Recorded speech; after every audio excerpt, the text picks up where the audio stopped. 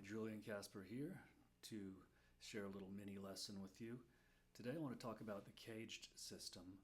That, of course, is the acronym for the chords C, A, G, E, and D as they occur in the open fretboard position on the guitar. I first heard about it when Joe Pass came to give a clinic at North Texas when I was a grad student there. And I thought, wow, it's a pretty simplified way of looking at generating arpeggios all over the fretboard and chord forms. But I've also noticed that people don't tend to look at it quite as deeply as they should. And there are things about it that are hidden in plain sight.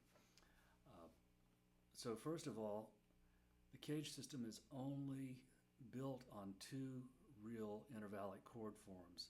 And one is root 5, root 3. And for the E form, the A form, also root 5, root 3. And the D form, I'll just play the straight D form, root 5, root 3. Now this goes unnoticed for some reason. The other forms, also unnoticed, C form. These are close voiced forms.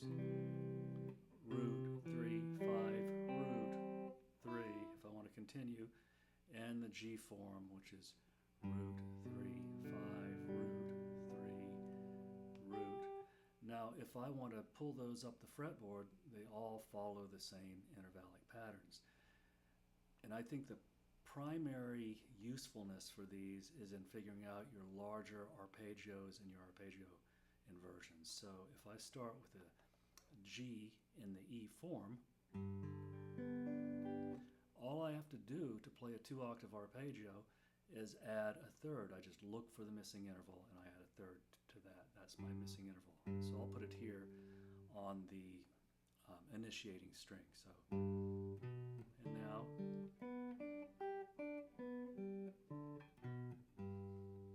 if I do exactly the same thing with the A form of G, it'll be up here. And then, so now I can put that note on the initiating string, the third. If I want to extend that to the tonic, I can.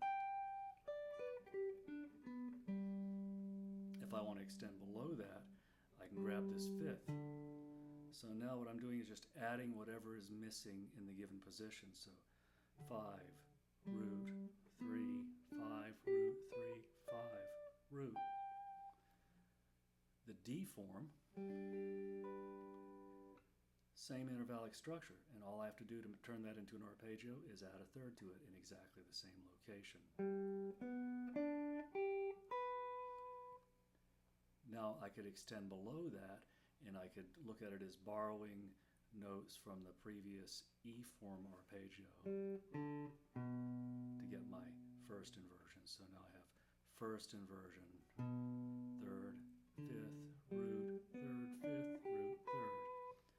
If I do this using the C form, that's already a done deal. Root 3, 5, root 3.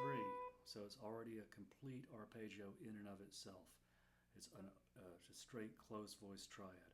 So all I have to do, if I want to extend that, of course, is I could add the fifth below it for second inversion and the third below that for first inversion. So, and the fifth above it if I want to extend there. So again, adding whatever notes around it that might be missing. And of course, the G form is a close voice form, and it is exactly the same form as the C form. Root 3, 5, root 3. Now, because I'm reaching the third on the B string, I could add a fifth here, as I did on the C form, and then I can extend that to the root.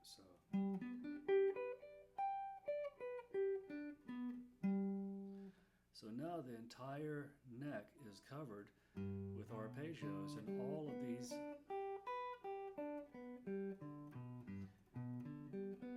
could be broken up into little inversions and 1-octave pieces.